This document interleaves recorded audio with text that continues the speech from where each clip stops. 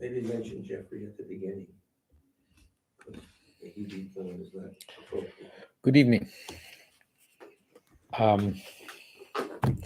We're here at the Tibet Center, Vose Avenue. No, sorry. Ridgewood, North Ridgewood. 502 North Ridgewood Road, South Orange, New Jersey. It's the corner of Montrose Avenue Yes. and North Ridgewood Road. We are continuing with our discussion on the great treatise on the stages of the path to enlightenment by Tsongkhapa. We're discussing the insight section. So we will begin with prayers, the prayer for the spreading of the teachings throughout the length and breadth of the West. And I request that we all remember Jeffrey Hopkins in our prayers. Jeffrey is not doing very well. By the force of the blessings of the non-fallacious three precious gems, and with the truth of our pure selfless wishes, may the precious Buddha's teachings flourish and spread to the expanse of all areas throughout the length and breadth of the West. For all the people living there, together with their near ones, who have engaged in the teachings and have faith and respect for them, may all conditions adverse for their practice be dispelled, and an excellent collection of favorable conditions increase like the waxing moon. And especially for those who work on methods to accomplish the flourishing and spreading of the victorious one's teachings, which are the source of benefit and happiness. May they never be oppressed by masses of interference and adverse conditions, and may this spontaneously happen just as we have hoped and wished. Now the Heart Sutra.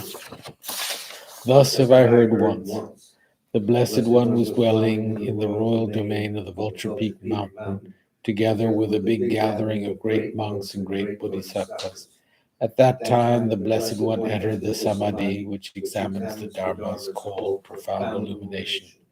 And at that time, noble Avalokiteshvara, the Bodhisattva Mahasattva, looking at the profound practice of transcendent knowledge, saw the five skandhas and their natural emptiness.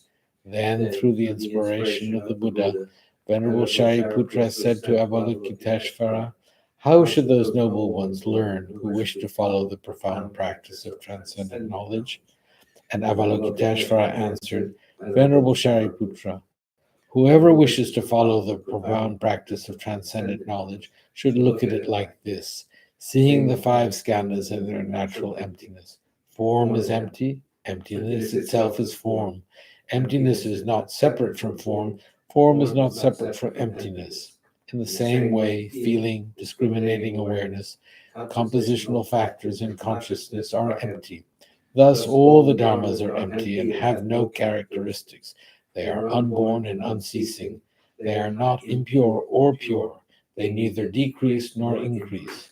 Therefore, since there is emptiness, there is no form, no feeling, no discriminating awareness, no compositional factors, no consciousness, no eye, no ear, no nose, no tongue, no body, no mind, no appearance, no sound, no smell, no taste, no sensation, no objects of mind, no quality of sight, no quality of hearing, no quality of smelling, no quality of tasting, no quality of sensing, no quality of thought, no quality of mind consciousness. There are no nidanas from ignorance to old age and death, nor their wearing out. There is no suffering, no cause of suffering, no ending of suffering, and no path, no wisdom, no attainment, no non-attainment. Therefore, since there is no attainment, the bodhisattvas abide by means of transcendent knowledge. And since there is no obscurity of mind, they have no fear. They transcend falsity and pass beyond the bounds of sorrow. All the Buddhas who dwell in the past, present, and future by means of transcendent knowledge fully and clearly awaken to unsurpassed, true, complete enlightenment. Therefore, the mantra of transcendent knowledge, the mantra of deep insight, the unsurpassed mantra, the unequaled mantra, the mantra which calms all suffering, should be known as truth. For there is no deception. In transcendent knowledge, the mantra is proclaimed. Tayata Om Gate Gate Paragate Parasamgate Bodhisvaha. O Shariputra, this is how a Bodhisattva Mahasattva should learn profound transcendent knowledge. Then the Blessed One arose from that samadhi and praised the Bodhisattva Mahasattva Avalokiteshvara, saying, Good, good, O son of noble family, profound transcendent knowledge should be practiced just as you have taught, and the Tathagatas will rejoice.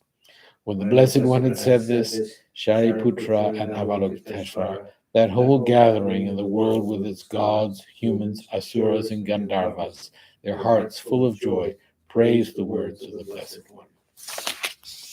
Now we generate bodhicitta.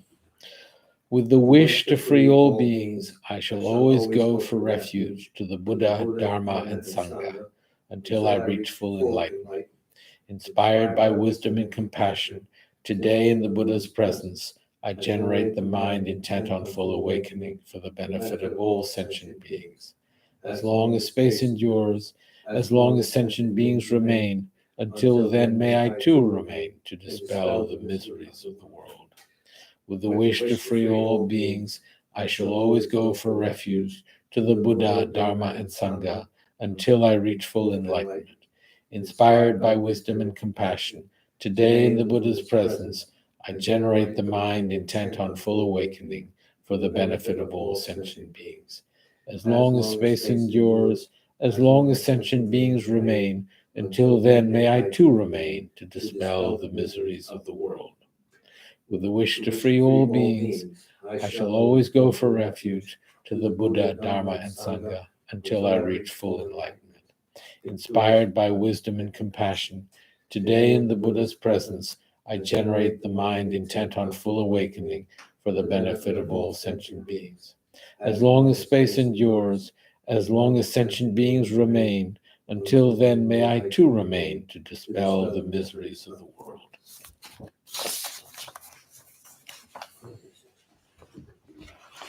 Okay. So, we have a very full Tibet Center this evening.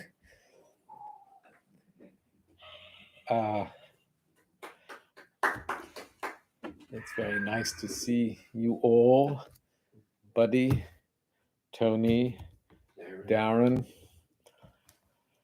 We have the Buddhas and Bodhisattvas who inspire us.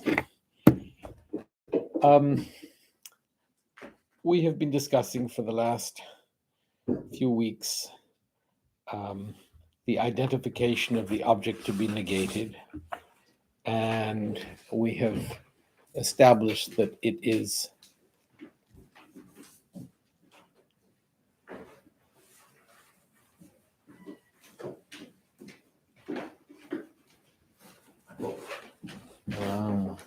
yes, it's helpful to have our books. Tonight, 100% of the people attending have books. It's very good. Identifying the object to be negated. The object to be negated is the inherent existence of self. The whole idea of inherent existence is something that we naturally attribute to the phenomena we experience. We attribute to ourselves, and it is that which is the root of cyclic existence, the root of all our suffering. It is the reifying view of the perishing aggregates. It is this idea that we exist from our own sides, individually, independently. It's the idea that phenomena all exist from their own sides, independently. So the once Tsongkhapa following Chandrakirti, who's following Buddha Palita's interpretation of Nagarjuna, presents the idea that it is inherent existence, the inherently existent self that is being negated. There are those who take issue with that, saying negating the inherent existence of self is negating self. Saying that phenomena lack inherent existence is saying that phenomena do not exist. How can something exist if it doesn't exist inherently? How can there be something there if you remove that quality of somethingness about that which we are viewing?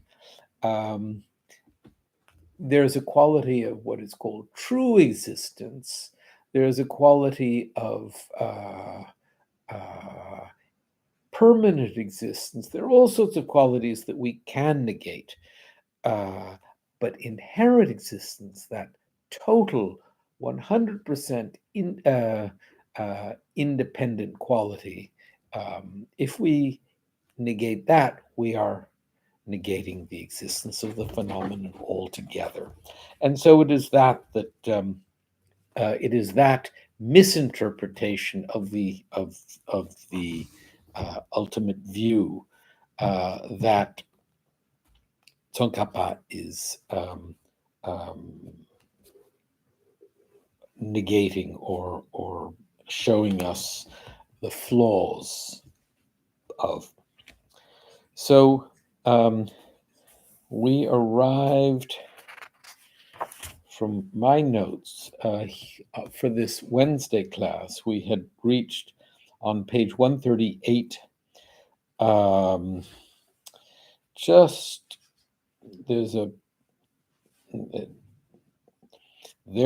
so we finished, this is what Nagarjuna meant in the 24th chapter of the Fundamental Treatise.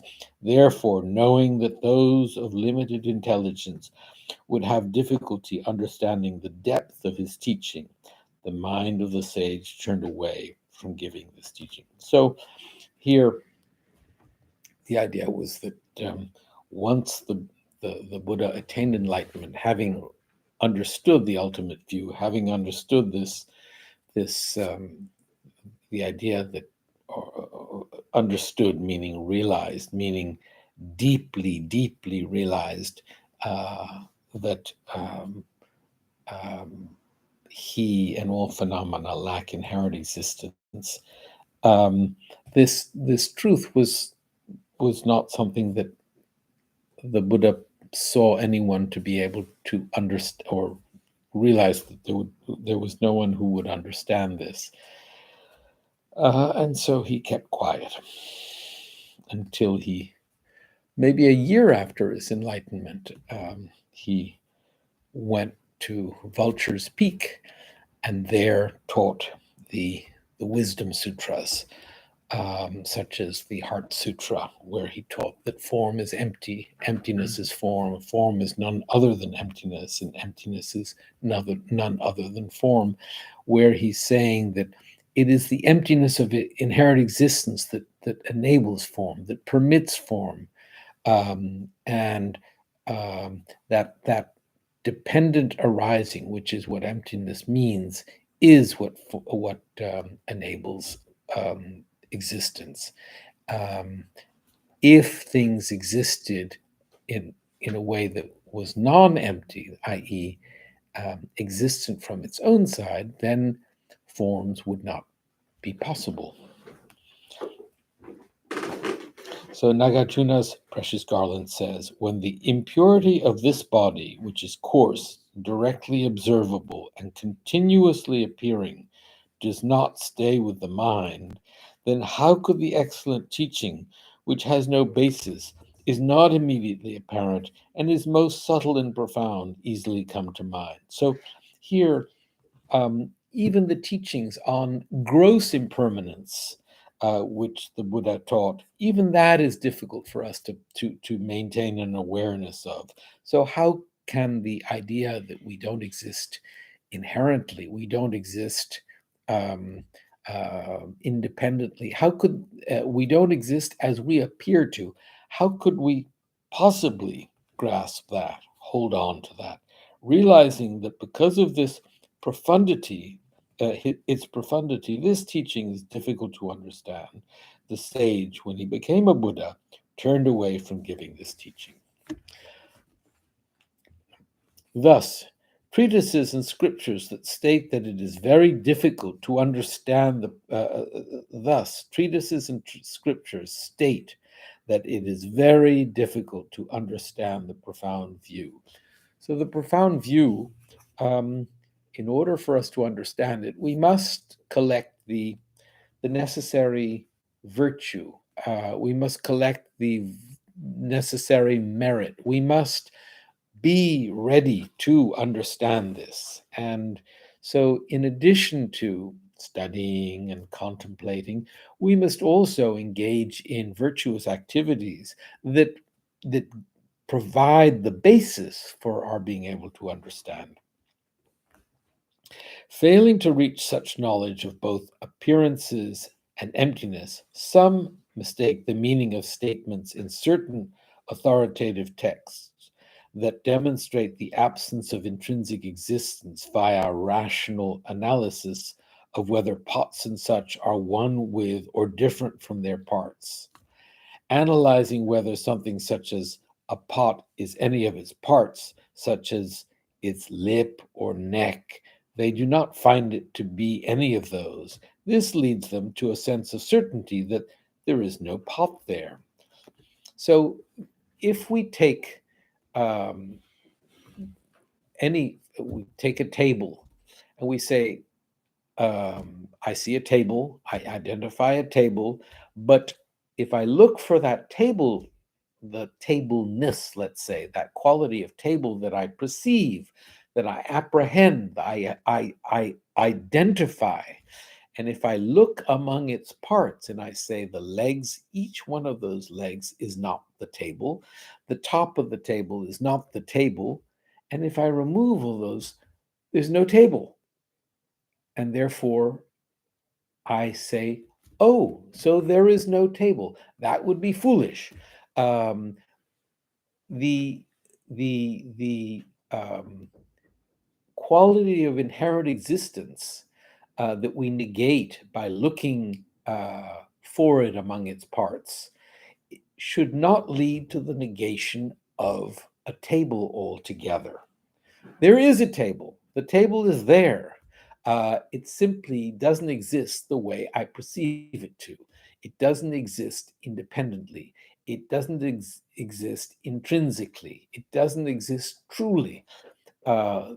Those qualities of existence are added by me, while all that exists are the parts upon which I name or impute table.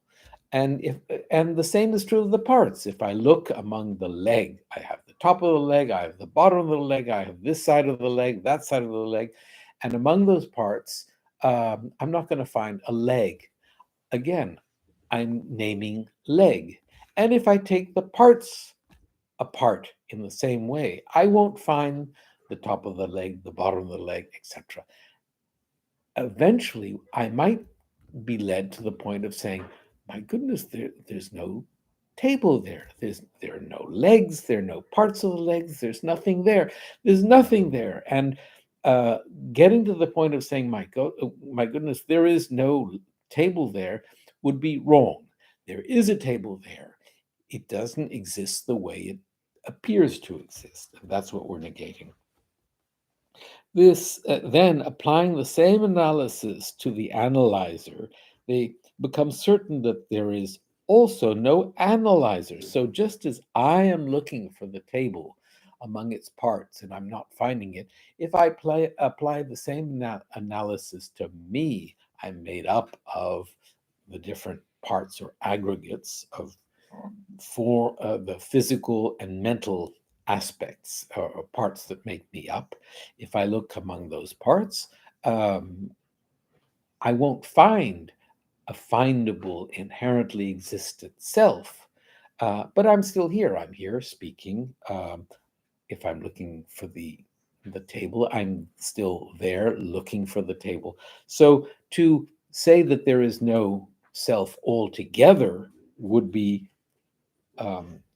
negating, would lead to, what is it called? Non-existence, nihilism. That would be a nihilism. Thank you.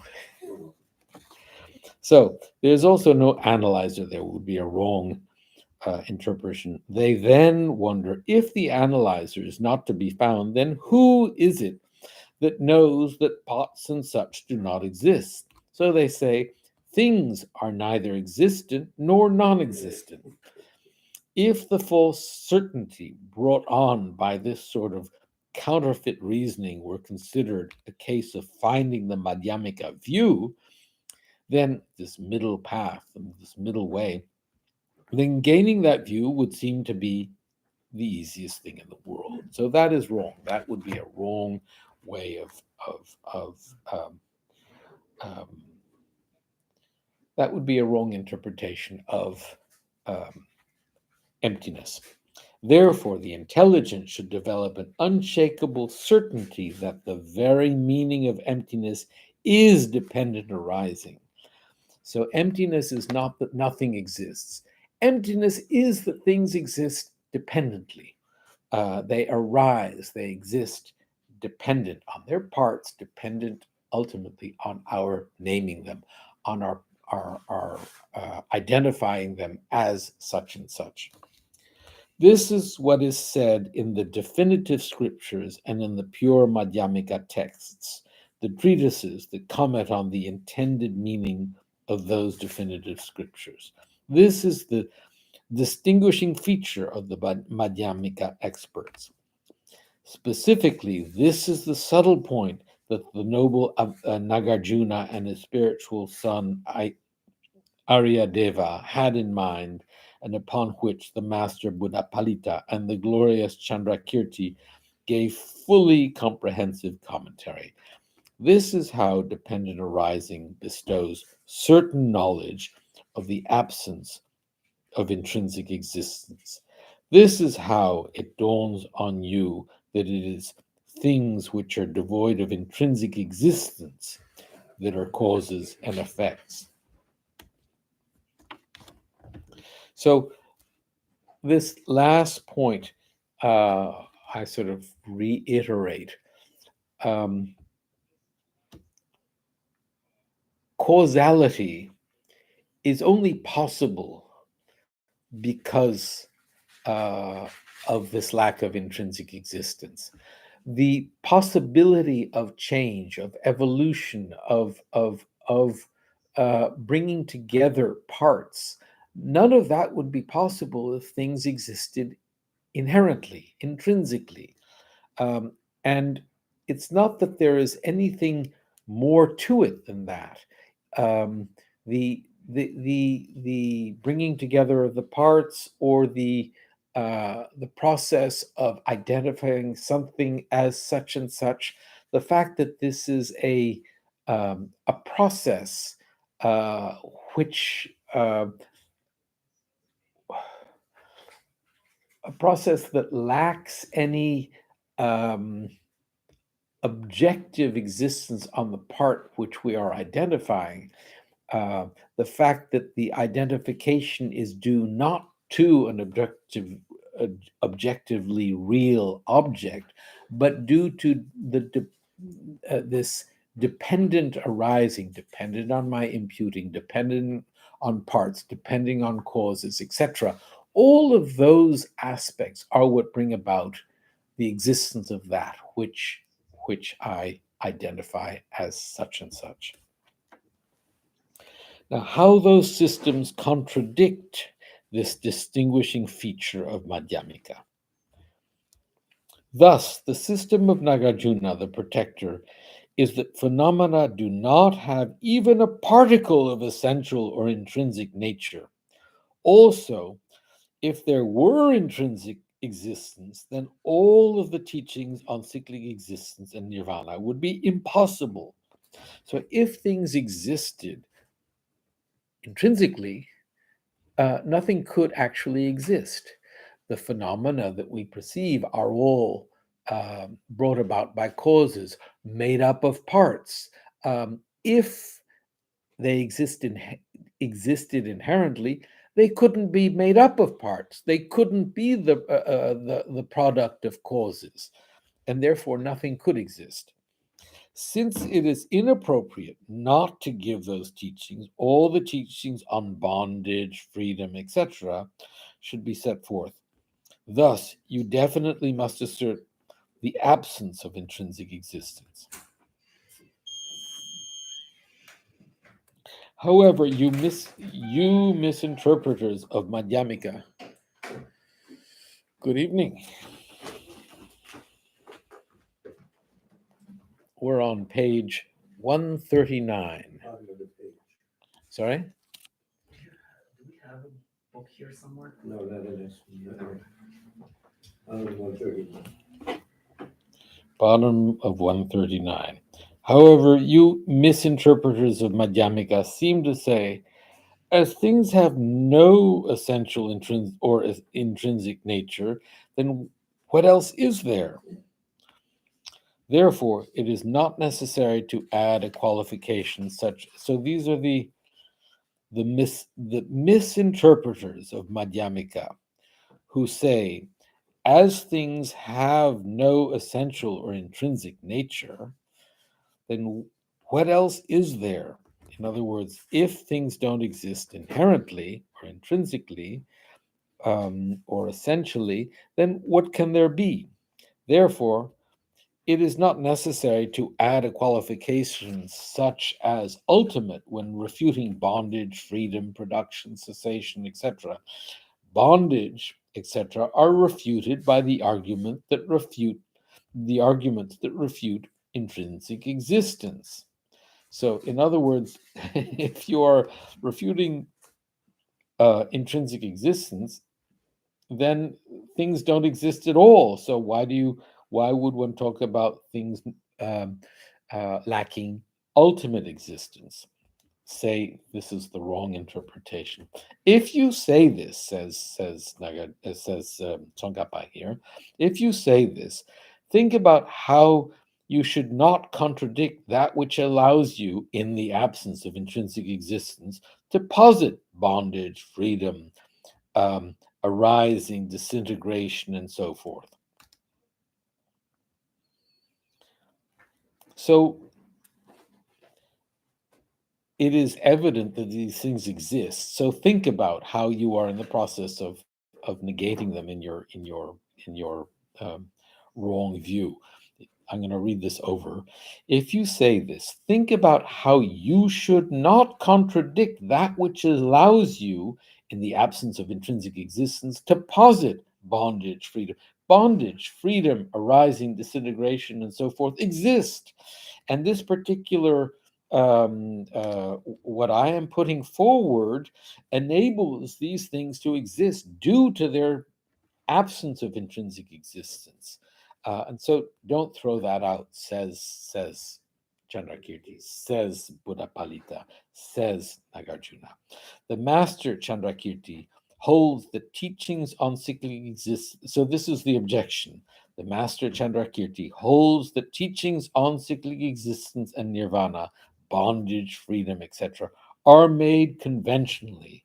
And we also accept these conventionally. Hence, there is no fault. So they're saying on the conventional level they exist, but ultimately they do not exist. So they're sort of they want to have their cake and eat it too.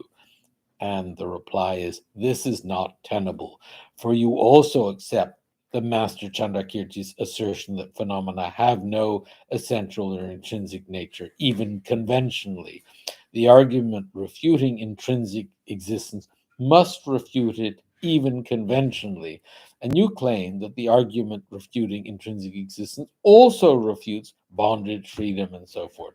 Therefore, it is quite clear that in your system, bondage, freedom, and so forth, are refuted even conventionally.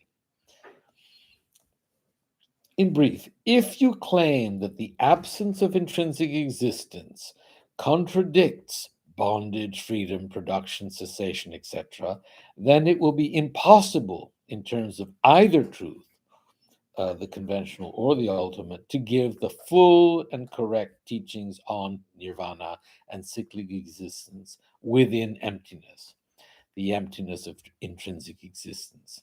You have therefore denied the unique feature of Madhyamika. If you claim that the absence of intrinsic existence does not contradict bondage and such, then you are left without any good reason with which to support your claim that without having to add any qualification such as ultimate to what is negated, the argument refuting intrinsic existence also refutes production, cessation, bondage, and freedom, etc. Therefore, if the argument refuting intrinsic existence refutes cause and effect, then you are asserting that production, disintegration, and such are impossible in the absence of intrinsic existence, are impossible in the absence. So, in other words, you are saying that in order for there to be production, disintegration, etc., there must be things must exist intrinsically. In that case, it is quite clear that your position does not differ in the slightest from the essentialist argument set forth in the 24th chapter of Nagarjuna's fundamental treatise, where he says, if these were all empty, there would be neither arising nor disintegration. It follows that for you, the noble truths would not exist. In other words, if phenomena were, according to you, if things are empty, then there could not be. If things are empty of inherent existence, you are saying then they don't exist at all. Therefore, there is no arising and there is no disintegration. Therefore, if you use that reasoning, the noble truths wouldn't exist either. So this misinterpretation that Tsongkhapa is demonstrating the flaws in would lead to a nihilistic view. Things would not be. If you hold that phenomena are empty of inherent existence, to then say that they therefore cannot exist, do not exist, would be a nihilistic view. Nor does your position differ at all from the essentialist argument set forth in Nagarjuna's refutation of objections. If all things are completely without intrinsic nature, then your word also lack intrinsic nature and thus cannot refute intrinsic existence.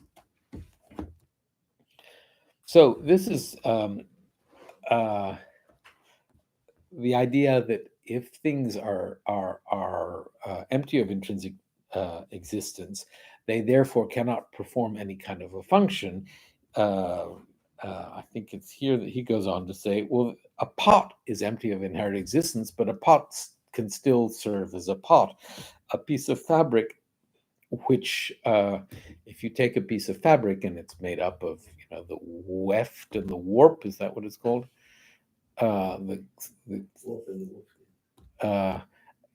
If you look among the parts, you're not going to find any piece of fabric. You're going to find that which we identify as a piece of fabric. But if you say that by negating the intrinsic existence of that piece of fabric, you are negating the fabric altogether, and then the fabric couldn't perform the task of keeping you warm.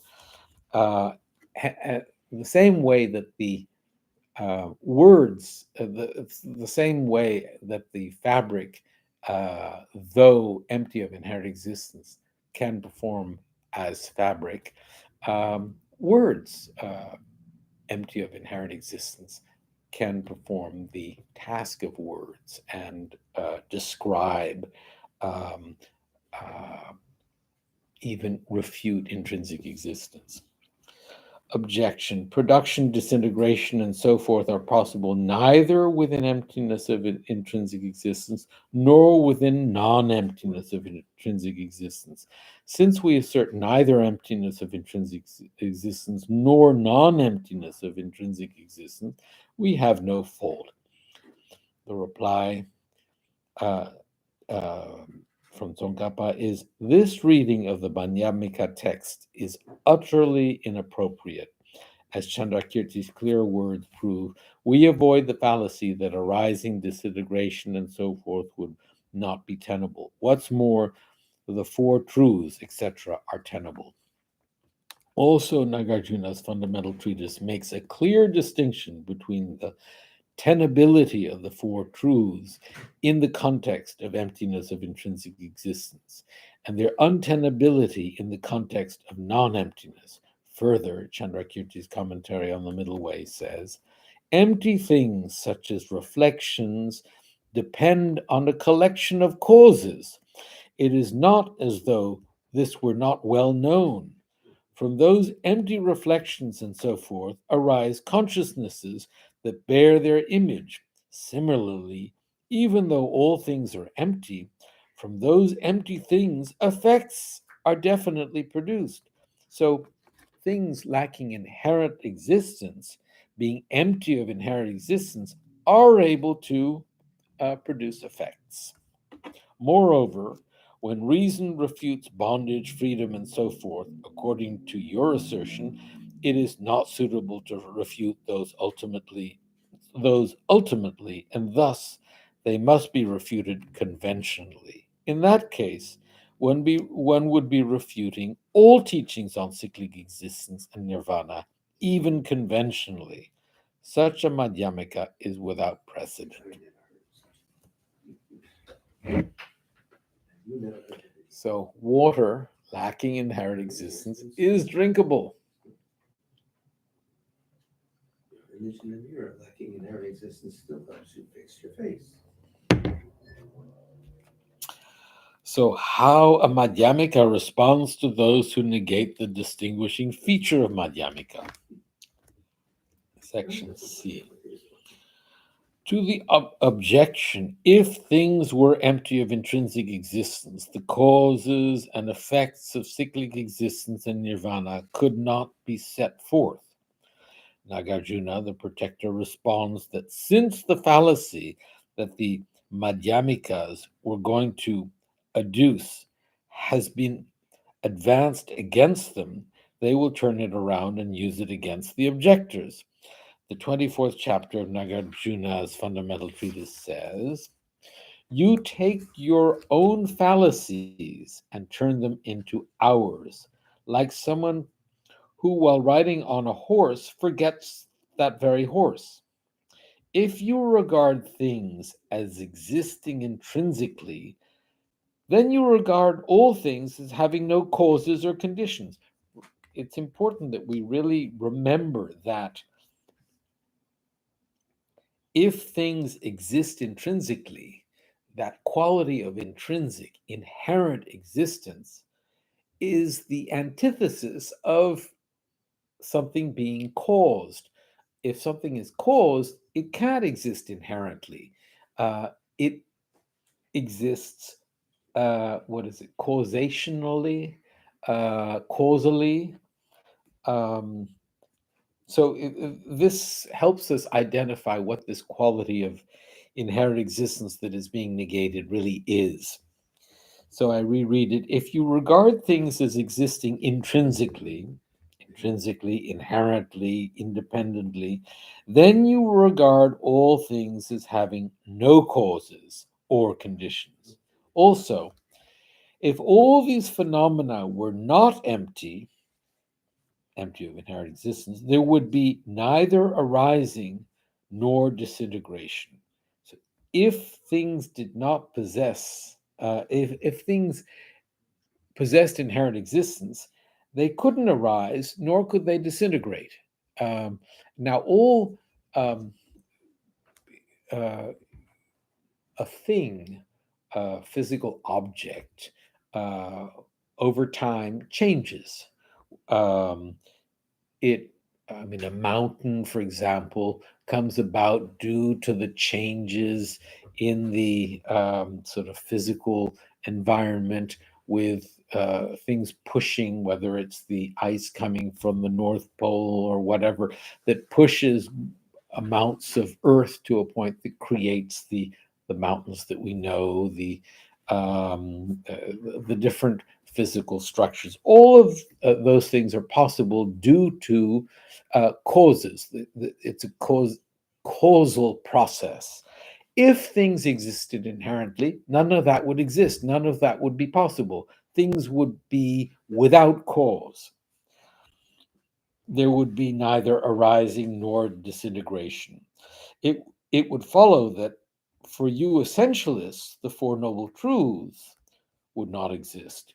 The Four Noble Truths of the truth of suffering, the true cause of suffering, the cessation of suffering, and the paths leading to the cessation of suffering, all of those have a causal quality about them. None of those would be possible if things existed inherently. And there are other such passages. Therefore, it is clear that those who argue if there is no essential or intrinsic existence, then what else is there? Have unquestionably failed to distinguish between a seedling's lack of intrinsic existence and a seedling's lack of existence. Now, this is the crux of the matter.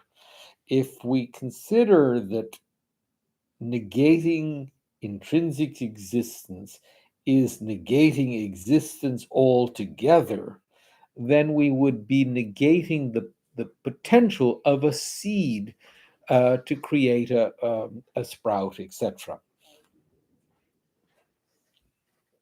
Because of that, they have also failed to distinguish between the existence of a seedling and the existence of a seedling by way of its own essence. Therefore, they clearly hold that whatever exists must exist essentially. And if something is not essentially existent, then it does not exist. Otherwise, why would they claim that the arguments refuting essential existence refute mere existence and mere production and cessation? They claim that insofar as seedlings and such are asserted to exist, they must exist essentially. And they claim that if seedlings utterly lack essential existence, they must be utterly non existent. In taking these positions, they undeniably fall to both extremes of permanence and of annihilation. Thus, their perspective is no different from that of the essentialists. So here, Nagarjuna is specifically pointing out that the misinterpretation of Madhyamikas, that there is a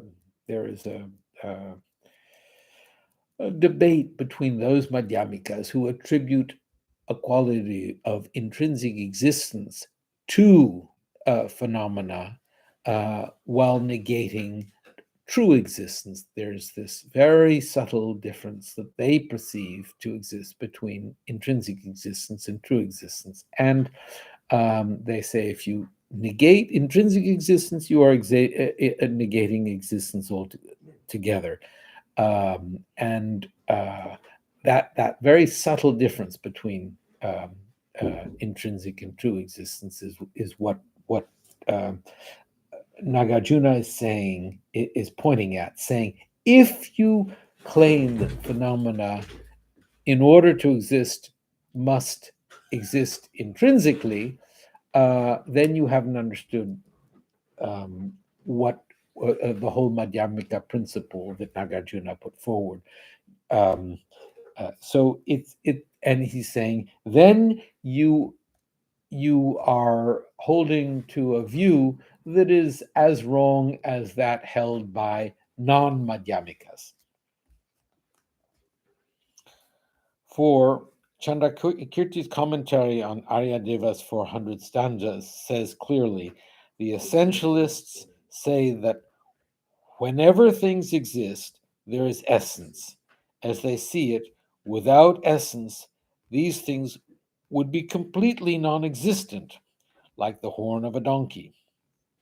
Therefore, these essentialists cannot avoid their proponents being proponents of both extremes of permanence and of annihilation. Consequently, it is difficult to reconcile all of their explicit assertions. The glorious Chandrakirti distinguishes intrinsic existence from existence. He also distinguishes the absence of intrinsic existence from non-existence. Unless you know this, you will no doubt fall to both extremes, and thus you will not know the meaning of the middle way, which is without extremes. For when it turns out that a phenomenon utterly lacks essential existence, for you it will be utterly non-existent. Then, since there will be no way at all to posit cause and effect within emptiness, emptiness of intrinsic existence, you will fall to the extreme of annihilation.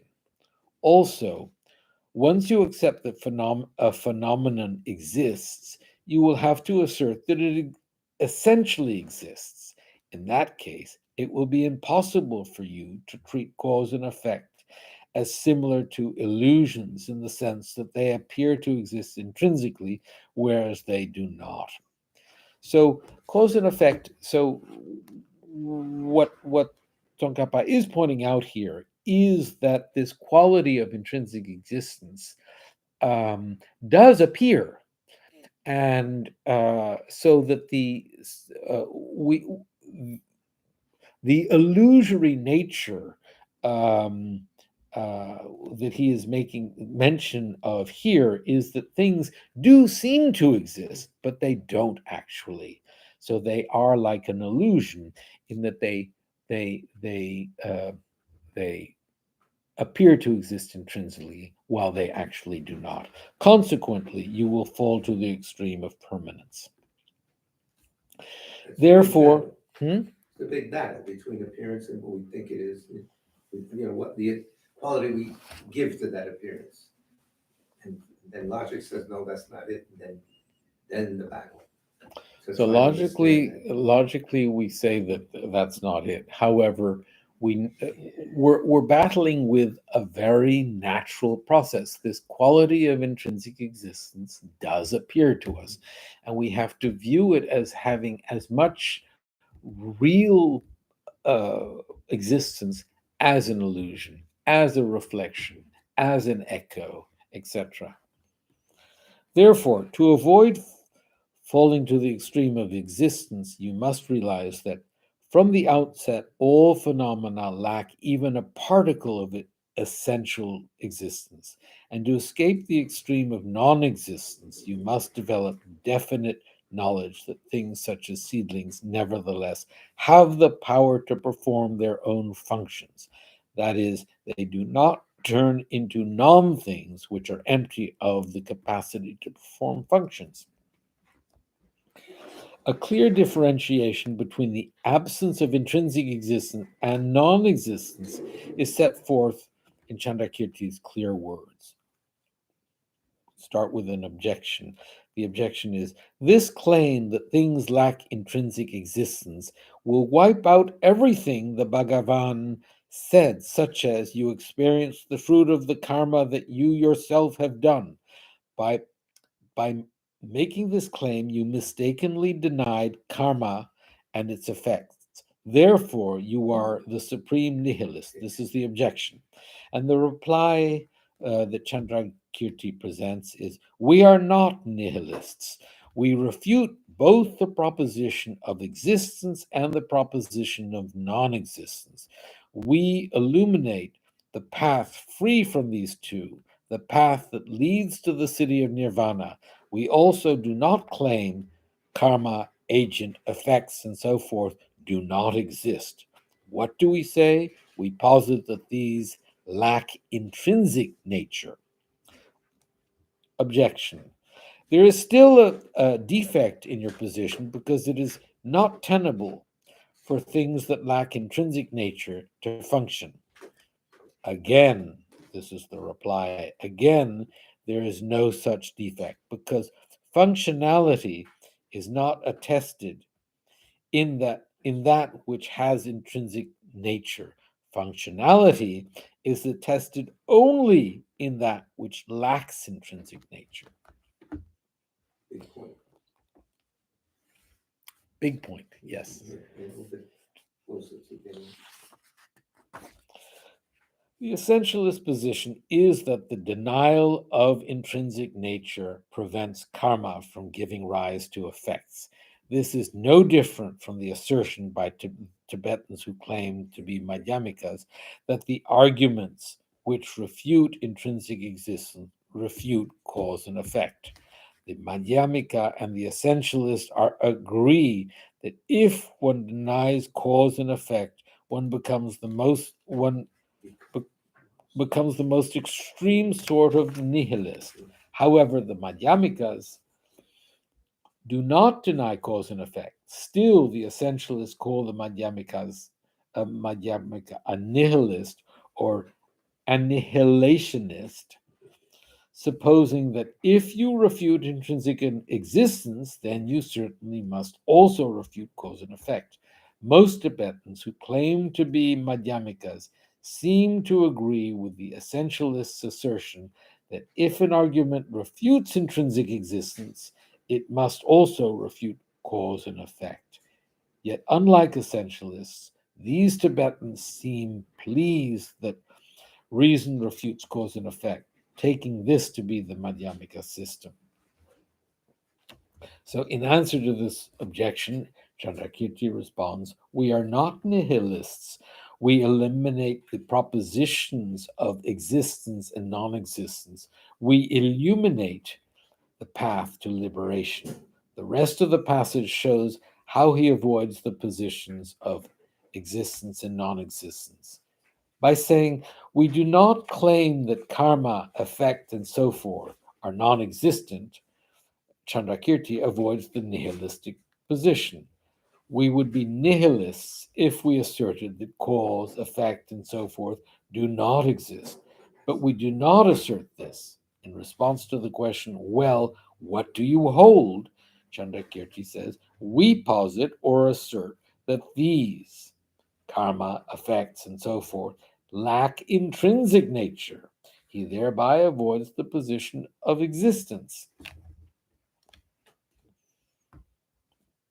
inherent existence. The statement, there is still a defect in your position because it is not tenable for that which lacks intrinsic existence or intrinsic nature to function, indicates the essentialist's objection. You Madhyamikas say we do not propound non-existence, we propound an absence of intrinsic existence, but you still cannot escape the fallacy that we have already stated, which is without intrinsic nature, cause and effect are not tenable.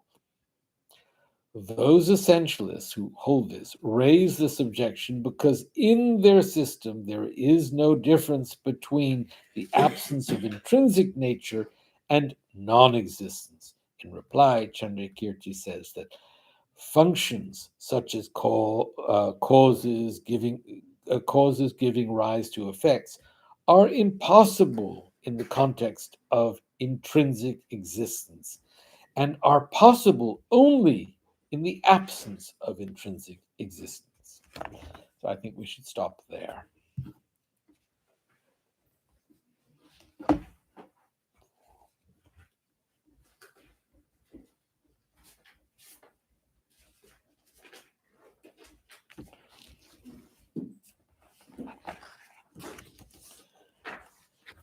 So Tsongkhapa is, in this very pure and simple way, bringing forth all Chandrakirti's arguments that demonstrate how negating intrinsic existence is not negating existence. Positing dependent arising makes existence possible, and that dependent arising would be impossible if things existed intrinsically. So, We have a question from the chat room on YouTube. yeah. I'm waiting for there. Oh.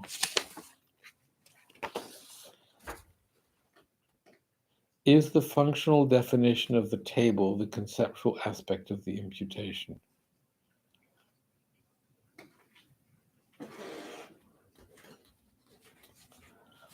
All right. So the question is the functional definition of the table the conceptual aspect of imputation? Its definition is a conception, so we have that. Is that McCarthy?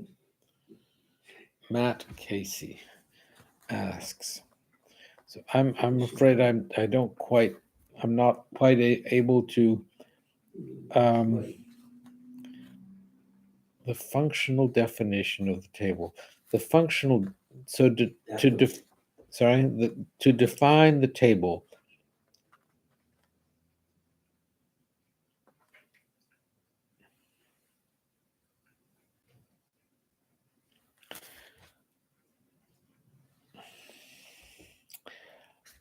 I'm sorry, Matt. The table can be defined as that which possesses four legs and a top.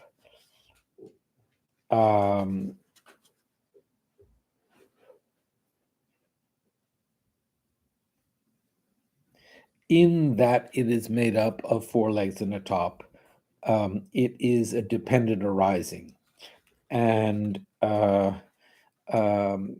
it is a valid basis for our naming it a table, defining it as a table, etc.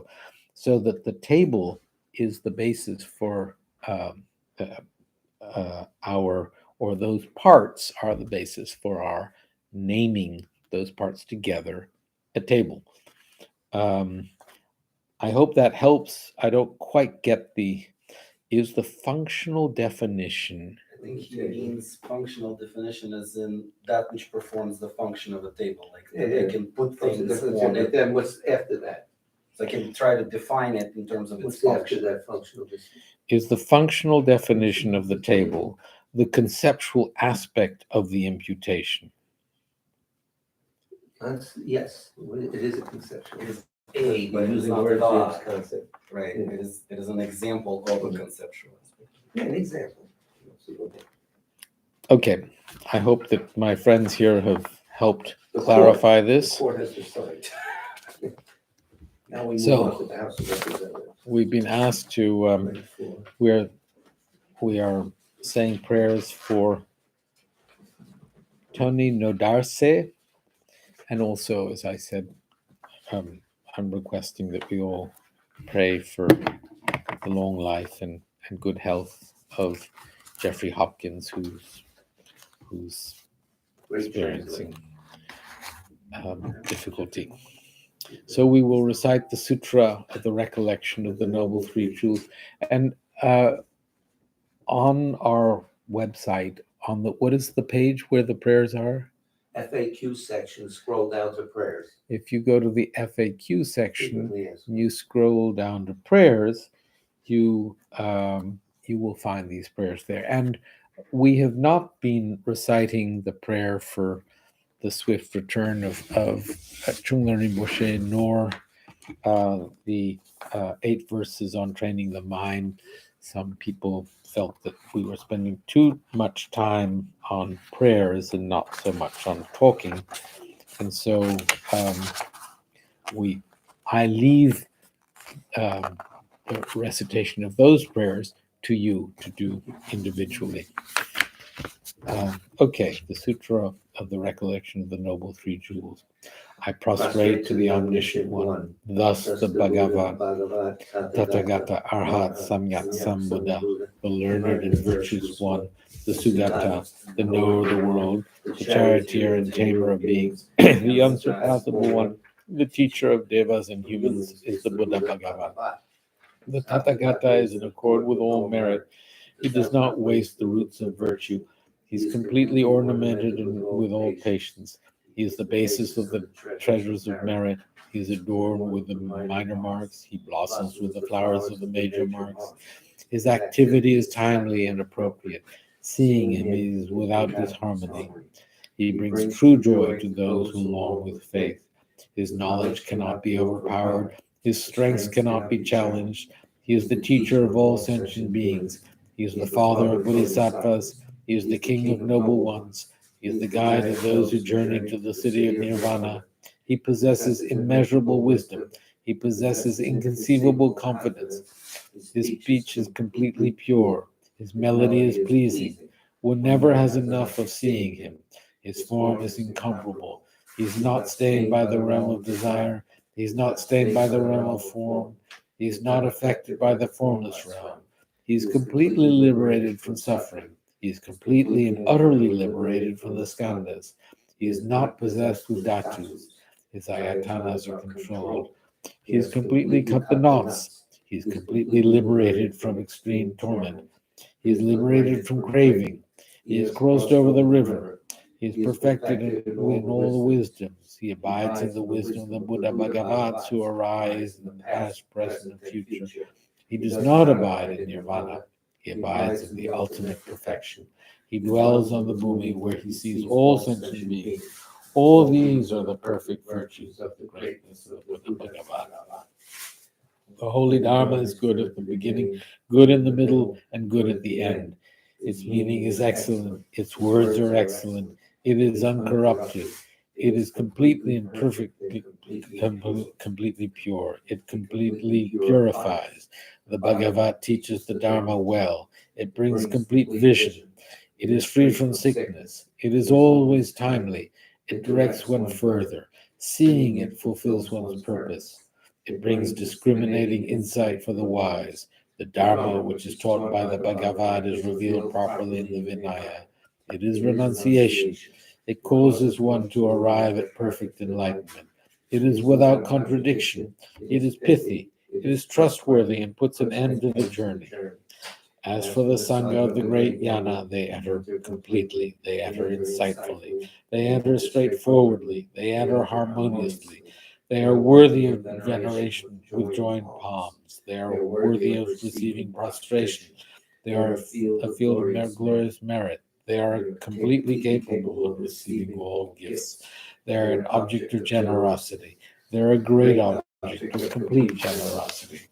The protector who possesses great kindness, the omniscient teacher, the basis of oceans of merit and virtue, I prostrate to the Tathagata. Pure, cause of freedom from passion, virtues liberated from the lower realms. This alone is the supreme ultimate truth. I prostrate from the Dharma, which is peace. Having been liberated, they show the path to liberation. They are fully dedicated to the disciplines. They are a holy field of merit and possess virtue. I prostrate to the Sangha. I prostrate to the Buddha, the leader. I prostrate to the Dharma, the protector. I prostrate to the Sangha, the community.